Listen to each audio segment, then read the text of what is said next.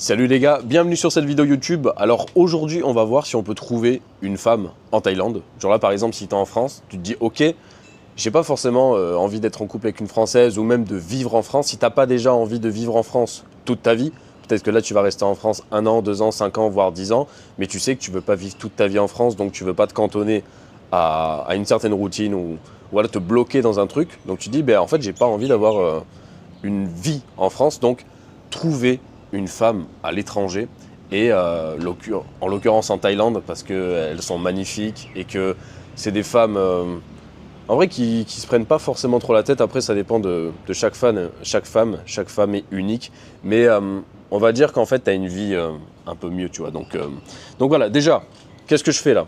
Je suis dans le petit marché, ça me régale. Là, il est fermé, mais vous pouvez voir, en fait, tout est ouvert. Les stands sont ouverts, il y a des bouteilles d'alcool, il y a des frigos avec des sodas, etc. Il n'y a aucune sécurité. Il y a juste les mecs du marché, en fait, qui nettoient un petit peu. Là, je vois, ils rangent un petit peu. Là, c'est le matin. Mais en fait, c'est incroyable. La sécurité, je ne sais pas si c'est une sécurité, mais c'est une tranquillité. En fait, chacun est bien éduqué. En fait, on ne va pas commencer à ouvrir les frigos, à prendre des canettes, etc. Donc, en fait, juste... Ici, il y a la confiance qui règne en fait.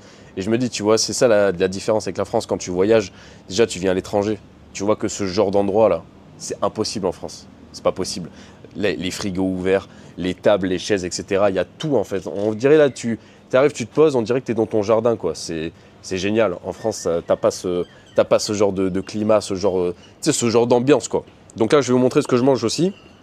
Donc là, on a du poulet grillé au barbecue. Regardez-moi ce poulet là, il me régale, c'est hyper bon avec du sticky rice et un grand café bien rempli à ras-bord pour le matin. Là, je vais manger un petit peu. On va commencer à parler de ça. On va parler des relations hommes-femmes en Thaïlande, si on peut trouver une femme, etc. Et moi, comment j'ai fait? Parce qu'actuellement, j'ai une copine et je suis dans le cheminement en fait. Ça fait 4 mois, donc tranquille. Je suis arrivé en Thaïlande. Je me suis dit, ok, je veux une copine thaïlandaise. Ça fait partie des critères en fait. Je suis venu en Thaïlande, je me suis dit, ok, je veux découvrir. Je veux pourquoi pas une copine ici. Et après, quand tu retournes en France, c'est une espèce de relation à distance. Et tu viens, soit elle vient en France, mais c'est un petit peu plus compliqué, j'ai regardé, pour que quelqu'un, un Thaïlandais ou une Thaïlandaise, vienne en France en vacances. Il faut un visa, etc. Je crois qu'il peut venir en vacances, mais c'est un peu compliqué. C'est plus facile pour nous, les Français, avec notre passeport, de venir en vacances en Thaïlande, clairement, que pour les Thaïlandais de venir en France. Bref, donc en fait, tu vois, tu as une copine en Thaïlande, il faut bien garder la relation. Si tu veux ça, il y a un prix à payer. C'est pas... En fait, déjà, si tu veux une vie différente, tout sera différent.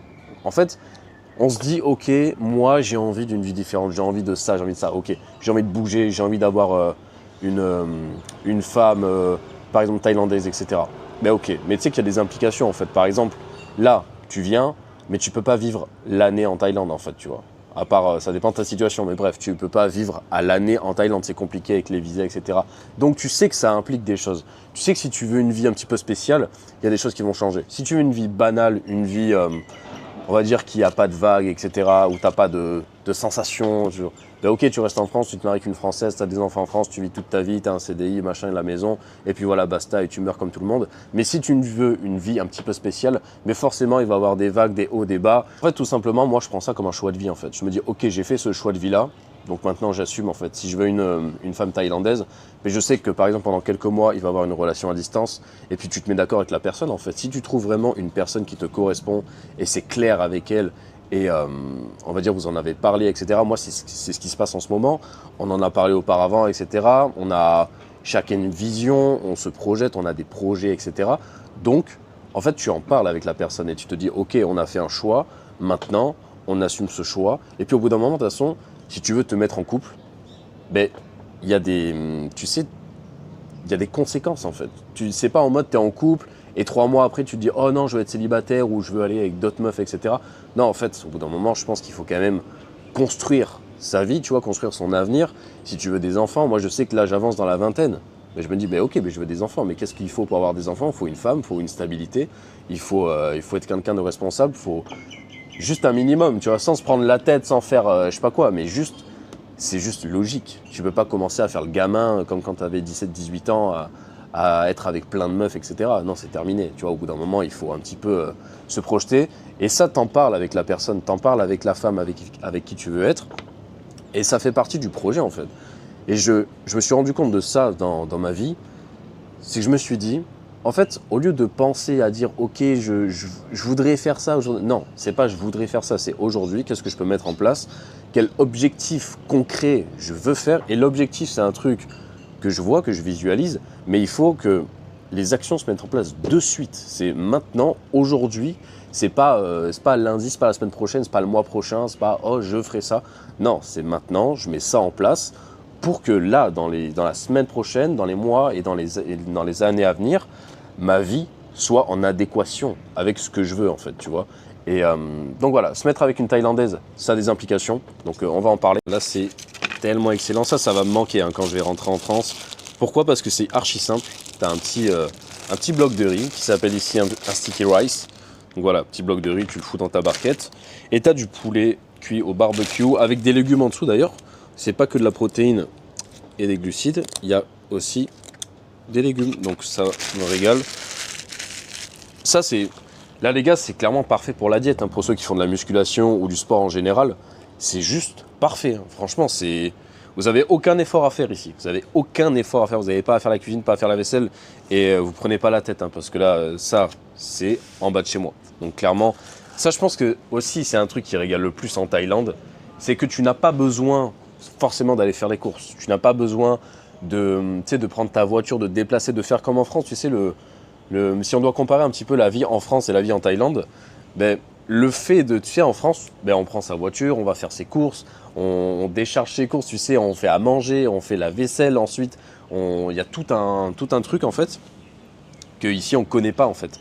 Et pareil, si tu veux te faire à manger, ici tu peux te faire livrer. Hein. Franchement, tu te fais livrer avec Grab, ça régale. Hein. Franchement, c'est assez simple. Donc, il y a beaucoup de services ici.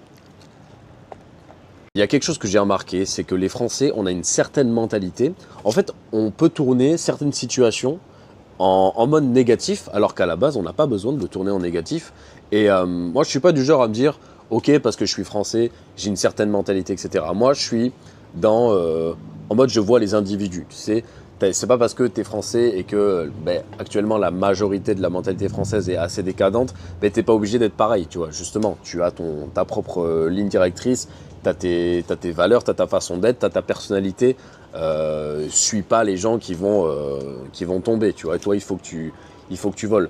Et donc, c'est ce que je me suis dit. Et j'ai remarqué, du coup, que en fait, ça me rattrape des fois. Même à certains moments, par exemple avec ma copine, on dit OK, on construit une relation, etc.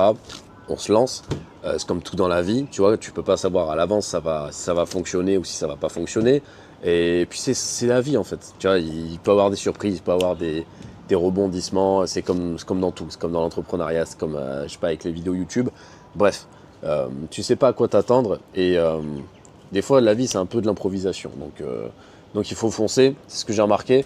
Et dans certaines situations, la différence de mentalité entre une Thaïlandaise et un Français, par exemple, il y a des fois où je tourne mais sans m'en rendre compte, et c'est pas extrêmement grave, c'est pas extrêmement marqué, mais je tourne des situations un petit peu en mode négatif, et des fois elle me dit mais pourquoi juste pourquoi en fait, tu sais, t'as pris une décision, maintenant tu fais tout pour que cette décision fonctionne, par exemple on a décidé de se mettre en couple, etc., eh bien on revient pas, on fait pas de pas en avant, de pas en arrière, tu sais, tu as pris cette décision là, maintenant tu fais tout pour que ça fonctionne, c'est pas attends, je réfléchis, je me dis, bon, est-ce que ça peut marcher? On n'a pas le temps. La vie, elle est tellement courte, ça peut tellement filer que pourquoi tu vas commencer à rétrograder, je sais pas quoi? Fonce, si ça te plaît, fonce. Et moi, ce que je me dis que j'en ai rien à foutre, en fait. J'en ai rien à foutre, je veux juste réaliser ce que je veux faire, en fait. Ce que je veux dans ma vie, je veux le réaliser maintenant, tu vois, je veux pas le réaliser dans la semaine prochaine ou dans 6 mois ou dans 1 an ou dans 5 ans. Je sais qu'il y a certaines choses qui vont arriver plus tard parce que tu peux pas tout faire de suite dans la vie. Déjà, j'ai remarqué qu'en tout cas pour ma part, que tu peux pas tout faire en même temps. Des fois, tu as l'argent, mais tu n'as pas le temps. Ou des fois, inversement, tu n'as plus d'argent, mais tu as beaucoup de temps. Ou des fois, tu es célibataire, des fois, tu es en couple. Je suis quelqu'un d'assez positif et de quelqu'un qui qui a une vision et qui se dit ok, je fonce, en fait, j'y vais. Je fais pas. J'essaye de pas faire 2 pas en avant, 2 pas en arrière. Mais des fois, j'ai un petit peu une. Je garde, tu sais, je suis français en fait, je garde cette mentalité qui parfois m'empêche d'avancer en fait. Des fois, je me dis.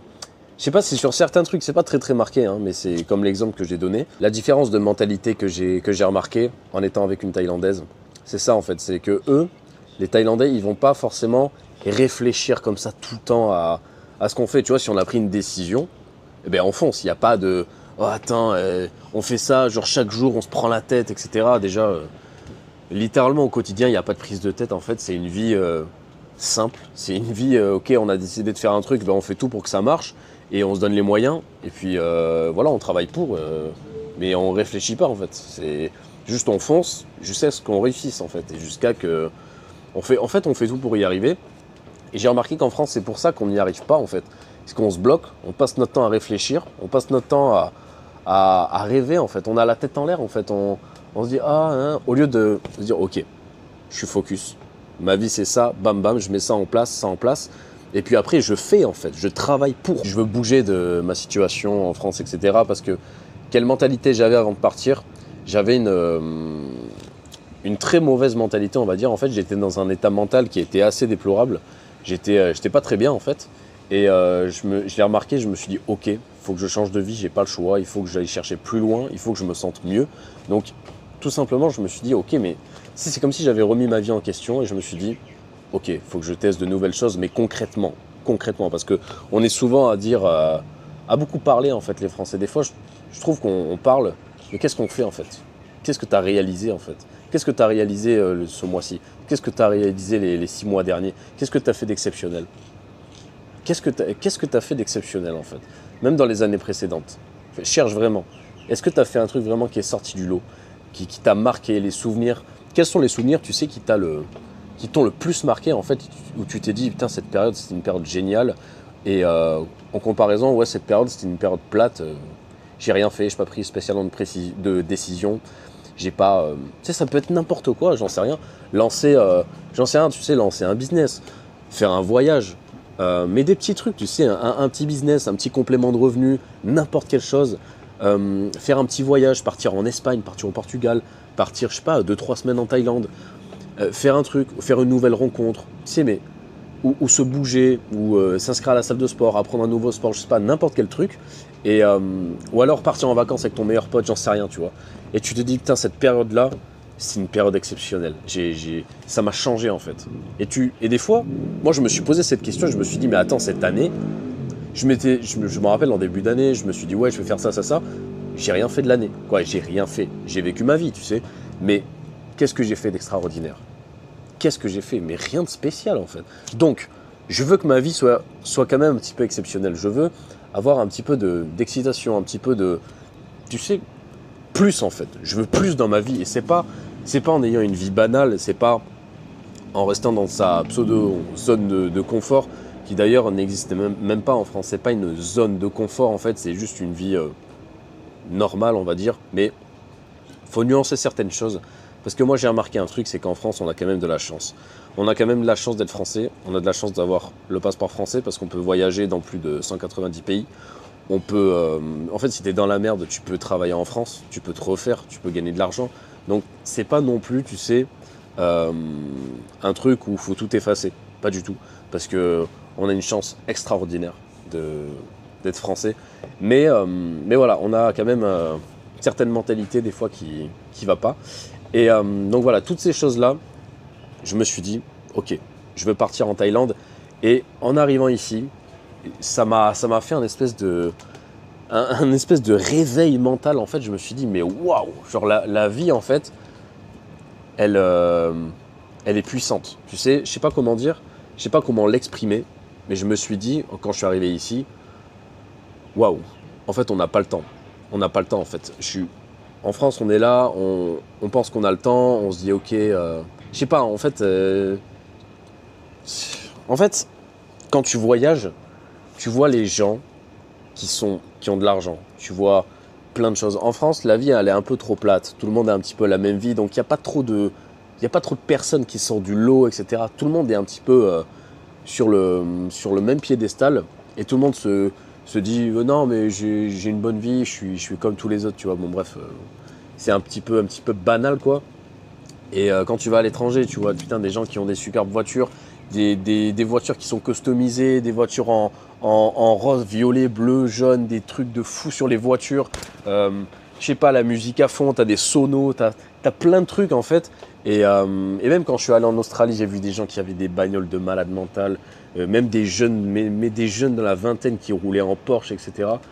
Et là, quand t'es en France, tout le monde a des 3008, tu vois. Tout le monde a des voitures grises et noires. Et c'est un petit peu, je sais pas, c'est un petit peu spécial. Et quand tu pars à l'étranger, tu vois qu'il y a de la couleur, tu vois, il y a de la couleur. La vie a une vraie saveur et tu te rends compte qu'il faut que tu te bouges le cul, tu te rends compte qu'il faut que tu fasses de l'argent. En fait, c'est pas en vivant avec un SMIC que tu vas vraiment vivre une vie. Non, il faut vraiment que tu gagnes de l'argent, mais beaucoup d'argent, parce qu'il faut de l'argent dans la vie, il faut de l'argent pour vivre des expériences, etc. En fait, en venant ici, ça m'a un petit peu ouvert, mais ça m'a pas, tu sais, ça m'a ouvert l'esprit. Et ça m'a pas plus choqué que ça, parce que je savais exactement ce que j'allais trouver en venant ici. C'est pour ça que je suis venu ici. En fait, la Thaïlande, c'est un petit peu ça a été une espèce de thérapie. Maintenant, tu vois, je sais ce que je veux, je suis calé. Et je savais déjà ce que je voulais avant dans ma vie, mais pas exactement. Maintenant, je sais exactement ce que je veux. Je suis calé, je suis droit en fait dans ma mentalité. Et ça y est en fait. Il y a pas de prise de tête, il y a pas de, c'est tout droit. Et par rapport à ma copine aussi, elle m'a beaucoup aidé à me rendre compte de certaines choses, à me rendre compte de la vie, à me rendre compte de ce qu'il faut acquérir dans la vie, tu vois. Genre, ça m'a réveillé. Tu sais, je pense qu'une femme, elle peut te ralentir, elle peut juste arriver dans ta vie et bon, avoir une vie banale, ou elle peut te propulser. Et moi, là, c'est cette relation que j'ai en ce moment, c'est vraiment elle me pousse vers le haut. En fait, c'est une source d'inspiration, de motivation. Donc voilà, c'est vraiment ce qu'il me faut. Et aussi, voilà, se projeter avec une femme, tu vois, pourquoi pas se dire, est-ce que c'est possible qu'on se marie? Est-ce que c'est possible de faire des enfants? Parce que évidemment, bon, le mariage, c'est pas non plus le truc, aujourd'hui, c'est pas le truc de rêve, tu vois. En vrai, tout le monde s'en fout un petit peu du mariage. Le plus important, c'est, on va dire, faire des enfants, etc. Mais le mariage peut rentrer dans l'équation en termes de si ta relation est parfaite, on va dire. Mais bon, on n'est jamais sûr de rien, finalement. Mais voilà, au bout d'un moment, tu veux des gosses, tu vois. Avant, les gens, ils avaient des enfants à 18 ans, 19 ans, 20 ans. Réellement, à l'époque, à 20 ans, et ça y est, t'étais vieux, tu vois. Tout le monde avait un gosse à 20 ans. Limite, ils en avaient 2 ou 3, tu vois. Aujourd'hui, t'as 25 ans, t'as pas d'enfant, t'es même pas marié. Il y a encore 25 ans, tu vois, je suis gentil. Mais, tu sais, j'ai l'impression que c'est... Déjà, avant, il y avait moins de prise de tête, il n'y avait pas les réseaux sociaux, etc. Donc, en fait, ce qui se passait, c'est que les gens... par exemple, tu rencontrais une femme quand tu avais 18 ans, bah, à 19 ans, tu te mariais, à 20 ans, tu avais un enfant, et puis tu rencontrais une meuf que tu trouvais jolie dans ton village, puis voilà, il n'y avait pas... T'allais même pas chercher une copine dans la ville d'à côté ou dans un pays, t'imagines maintenant. Là, je suis venu chercher une copine en Thaïlande, quoi. Mais tu t'imagines, tu dis ça, je sais pas, à mes grands-parents. Bon, aujourd'hui, ils sont plus là, tu vois, mais ils se seraient dit, mais pourquoi le mec va dans un autre pays pour trouver une gonzesse, tu vois? Mais c'est un malade mental. C'est fou, avant, on se mariait tôt, on faisait des enfants tôt. Ouais, c'était une vie un petit peu plus simple. Et il faut vivre avec son temps, et c'est pour ça qu'il faut s'adapter, et faut foncer en fait. Il faut se dire, ok, par exemple, tu vois, à l'époque, ils avaient un peu plus d'entrain. Ils n'avaient pas peur, ils se mariaient à 18 ans. Aujourd'hui, qui se marie à 18 ans? À 18 ans, maintenant, les gens ils jouent à Fortnite. Le décalage est énorme en fait. Il faut un petit peu qu'on se réveille, tu vois. C'est quoi faut un petit peu plus foncer, En plus, on a beaucoup plus d'opportunités à l'heure d'aujourd'hui avec les réseaux sociaux, on est ouvert au monde, on peut voyager partout dans le monde quasiment, on peut faire ce qu'on veut. Aujourd'hui même, on peut travailler en intérim 6 mois. Tu travailles 6 mois en France, tu coffres, tu te fais un voyage, même à 19 ans, tu peux le faire. Tu peux te créer des expériences de malade. Aujourd'hui, on peut clairement gagner énormément d'argent. Il y a plein de trucs pour gagner de l'argent, il y a plein d'opportunités qu'on n'avait pas à l'époque. Et je me dis, c'est pareil avec les femmes en fait. Aujourd'hui, tu as carrément le choix de dire ok, pourquoi pas avoir une femme thaïlandaise parce que ça pourrait me correspondre plus, etc. C'est fou, je me dis on est dans un monde de fous aujourd'hui. Bon, en tout cas, trouver une copine en Thaïlande, c'est largement possible. Franchement, je vois pas pourquoi on pourrait pas le faire. Si ça te correspond, tu viens, tu testes, tu cherches, t'apprends à te connaître, t'apprends à connaître la personne, etc. Et puis, de toute façon, si tu as déjà eu une relation en France, tu sais à peu près ce que tu veux, ce que tu veux pas. Donc, je pense qu'il faut juste tester et arrêter de chercher trop loin et un petit peu foncer, quoi. N'hésitez pas à vous abonner à la chaîne, à liker la vidéo. Retrouvez-moi aussi sur Instagram et sur Snapchat pour suivre mon quotidien ou pour m'envoyer un message. Je vous dis à la prochaine, les gars. Ciao.